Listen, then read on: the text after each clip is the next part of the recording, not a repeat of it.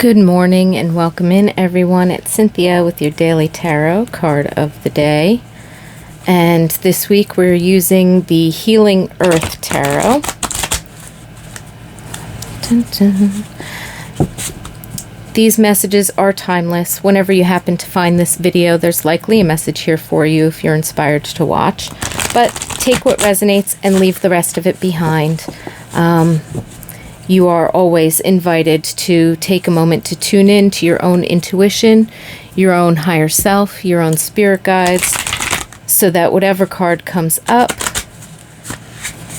you might find your own personal insights and messages that come through.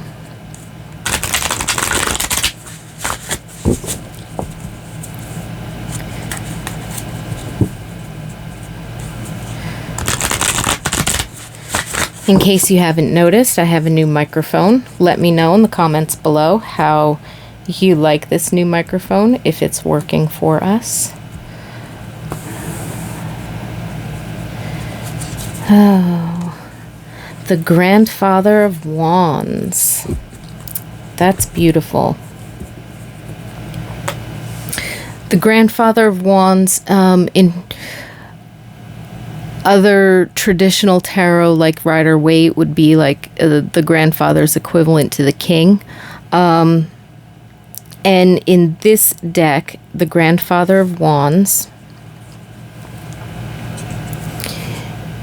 he does have a little bit of extra energy though.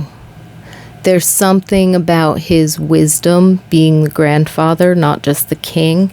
So I feel like this depiction brings out more of that quality of self-mastery. We all have a shadow aspect, and that can usually be relevant in the kings when we look at them. You know, King of Wands, shadow aspect might be like power over. The wonderful thing about this deck is that there's really no reversals. And even though there could be shadow aspects here, the overarching theme of the grandfather is that level of self-mastery that actually balances the light and the shadow. So yes, sometimes the shadow can surface, but for the most part, and what I'm getting from this card is there's some kind of a mastery over really being able to tap into our passions and our desires and our creativity and shining in that, not being afraid that this shadow aspect, like if we were to step fully into our power, that some shadow aspect might overtake. It's a level of self-mastery of that fire wands energy, the ability to act and to have that integrity. If your action makes a mistake or creates a problem, to be able to say, okay, I screwed up, and then handle it, right? So the grandfather representation as opposed to a king representation, I think brings an extra level of wisdom and understanding and even compassion, because we can be compassionate with ourselves. So I feel like the energy of the day today with the Grandfather of Wands and that kangaroo in the background, there's a lot of creative energy. There's a lot of potential around here. And there's a certain sense of strength and empowerment that comes from a certain amount of self-mastery and integrity, that we're feeling courageous or empowered or brave enough to step into something new. So if there's been a recent opportunity and you've been hemming and hawing back and forth, not sure if that's the direction you want to go or this, that, the other thing, it's almost like today's energies are really kind of bringing things together and giving us that oomph, that courage, that empowerment to say, you know what, I can handle this. I can handle myself. I can embrace this change, or embrace this new challenge, or embrace this, new endeavor that I'd like to embark on. So I feel like this energy of today is actually, there's this great push forward. Like, you can trust yourself. You can go out there. You can do the thing, and it'll be okay. And I'm hearing the phrase, like, you don't have to worry about screwing up because you're not going to screw it up. And you have enough wherewithal that even if there happens to be a failed experiment or a mistake or something that we could look at as being such, that's not going to bring you down. That's actually going to feed the fire. That's actually going to feed the wisdom and the knowledge by letting you gain another level of, oh, I know how to fix this. I know how to handle this. I know how to repair this. Or, again, there's that sense of integrity that's coming with this. So there is also here with that Wands energy, it has to do with your personal energy. It has to do with your, communication and your actions,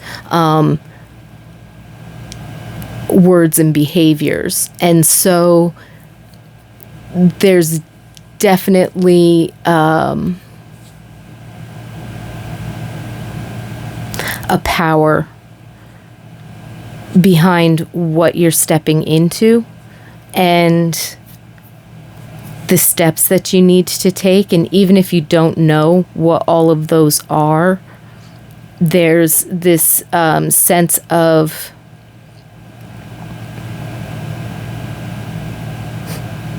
I'd say there's this sense of protection around you, and I'm not going to deny that there is, but it's getting to a certain point where you realize, wait a minute, I'm protected because I know how to handle myself, not because some outside force is shielding me from something that could go wrong.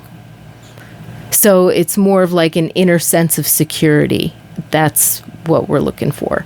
That was the word I was looking for, security. So there is a sense of being confident and secure in oneself, able to move through whatever's in front of you, and having that power to, nurture your passions, cultivate the relationships that are going to help you to move forward, balancing the resources, but also balancing your personal energy, recognizing the ebb and flow when you're giving too much and not giving enough and getting enough in return, or where you're receiving a lot and then suddenly feeling overwhelmed, and it's like, oh, it's because I'm getting full, I need to share. Recognizing when you're feeling depleted, then needing to retreat and then do something to sort of feed that fire for yourself. So there's also a balance in relationships, balance of self-care, and then balance between,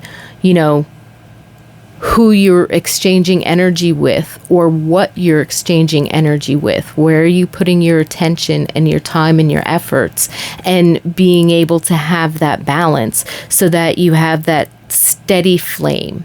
It's not burning too bright and too fiery, and it's not being depleted down to like a little flicker. You know what I mean? There's this conservation of energy that's going on. And I think like the two snakes at the bottom kind of represent that certain amount of balance, that when we're going through changes, transformations, new beginnings, closing off cycles, moving from endings and into new beginnings, right? That we're balancing this ebb and flow of energies. The two snakes also kind of remind me of the Kundalini energy at the base chakra. And so there's this sense here of talking about being grounded and centered, but being able to lift up that grounded energy and to raise up that vibration so that, you know, when you're giving from your heart space, when you're doing and acting from your heart space. So,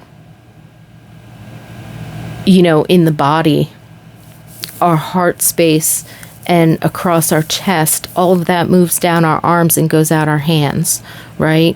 So if we're lifting our energy up from our feet, that groundedness, that sense of security, that sense of unity, community, connection, right? And that sense of self, and we lift it up to the heart chakra space, then it can spread out to our hands in what we do, what we create, how we relate to others. And there's that compassion and that fullness that can come from being secure and satisfied in ourselves and being able to share in a balanced exchange with others. And so I feel like today's energy is a lot about balancing this, balancing self-care and exchanges of energies, but also looking forward with confidence to what are my next moves, what are my next steps. I just finished that or completed that, and I'm looking forward to moving in this new direction or stepping into this new project or relationship or situation, and really allowing yourself to have that confidence of moving forward, especially if you're getting inspired ideas. The fire energy definitely has that energy of spirit, of inspiration, and moving forward.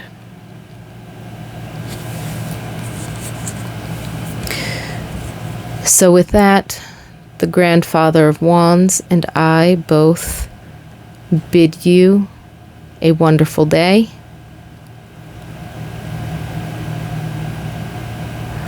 Lots of peace and blessings.